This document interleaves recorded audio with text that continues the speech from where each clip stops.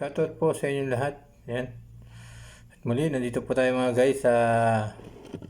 by the way, ako nga pala si Kuya Kel.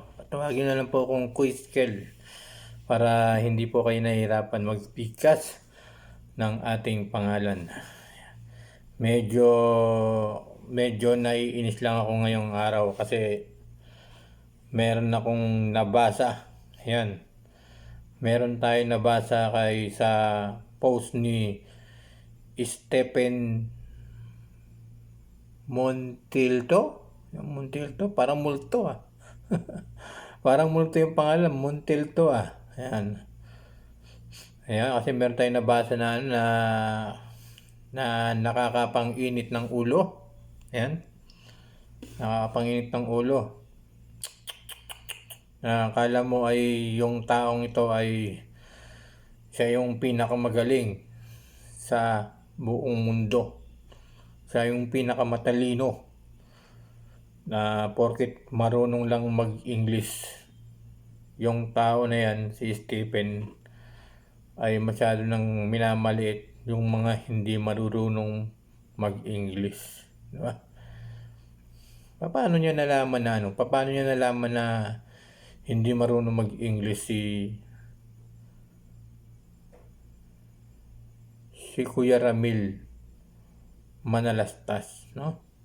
Si Kuya Tekram, si Tatay Ram. Paano niya nalaman na hindi marunong mag-English, no? Masyado naman siyang matalino, no? Masyado naman siyang matalino na porket marunong siya mag-English, ganyan na siya magsasalita. Di ba? Masyadong parang parang binabae ba yan o binabae ba talaga yan o kasi masyadong madaldal di ba? Masyadong madaldal. Lalo na kinakalaban niya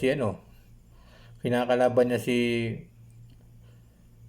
Tatay Ram, si Tatay Tekram, di ba? Para lang ipagtanggol yung Dave na yun, no? Yung Dave na walang kwenta, di ba? Hindi marunong pagpahalagahan yung ginawang tulong ni Tatay Ram, ni Sir Tekram sa kanya, di ba?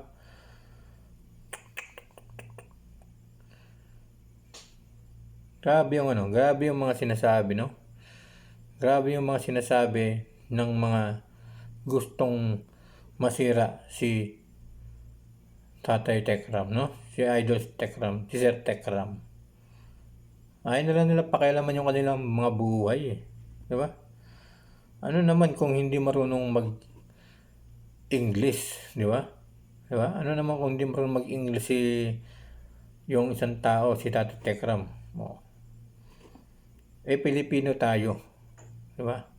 Kapag Pilipino kayo, huwag natin kakalimutan. Huwag natin papalitan yung mga salitang pambansa, yung Tagalog na salita, no? Pilipinong salita, huwag po natin papalitan, no? Kung ikaw ay isang tunay na Pilipino, yan. Huwag natin papalitan yung ating mga salita, yung ating mga sinasabi, no? Huwag natin papalitan. Kung kung Pilipino ka, Pilipino yung ating sasabihin. Nakakaano lang mga guys, no? Nakakaano lang kasi, di ba? Kung ano-ano sinasabi nito ni Stephen Montilto. Multo ba yan o Montilto? Di ba? Di ba nakakapang init ng uli, di ba? Nakakainis, di ba? Kaya lang hindi naman tayo pwedeng magsabi ng masama, di ba? Kasi naniniwala tayo sa Panginoon, di ba? Sa Diyos, di ba?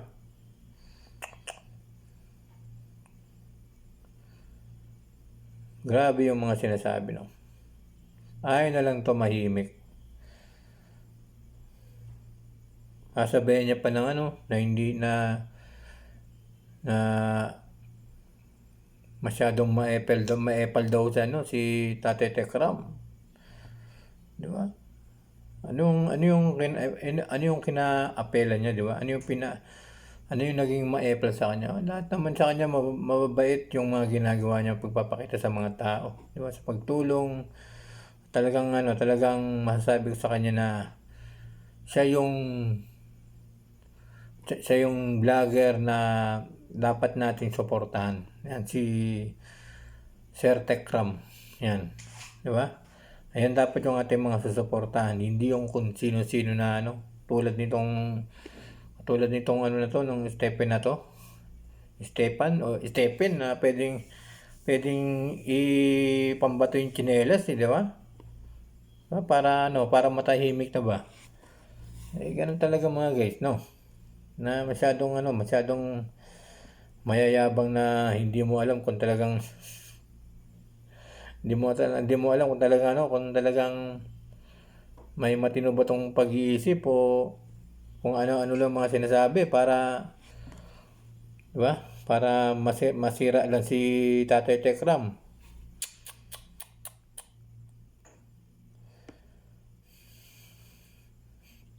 Dapat hindi ganun mga guys. Lalo na nagpo-post siya ng mga lalo na nakikinig siya sa simbahang Katoliko, yung mga sinasabi, di ba? Dapat hindi ganyan ang ugali ng isang tao. Dapat marunong magpatawad, di ba? Marunong magpatawad sa kapwa. Hindi yung ganito na nagmamataas pa siya, di ba?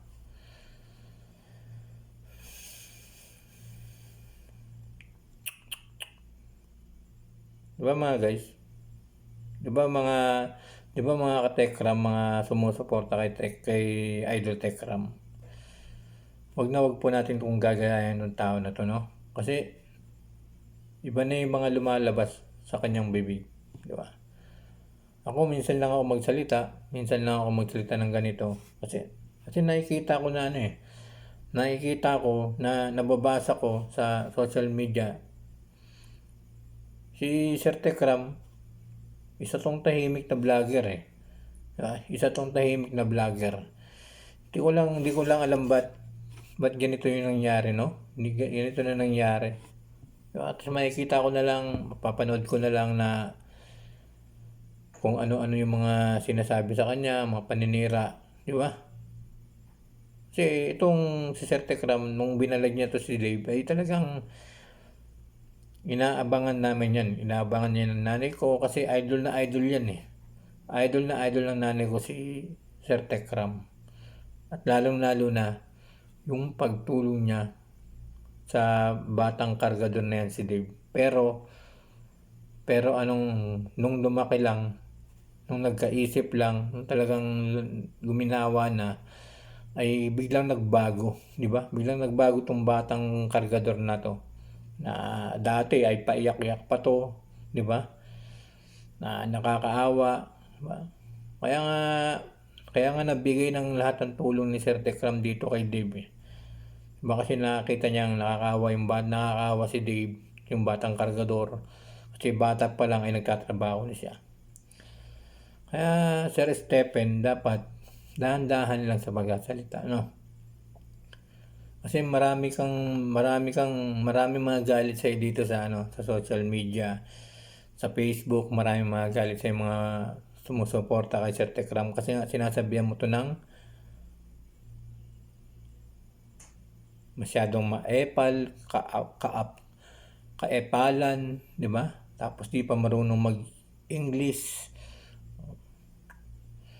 Hindi mo naman alam kung marunong ba itong mag-English o hindi eh. Kaya huwag kang magsasalita ng ganyan, di ba?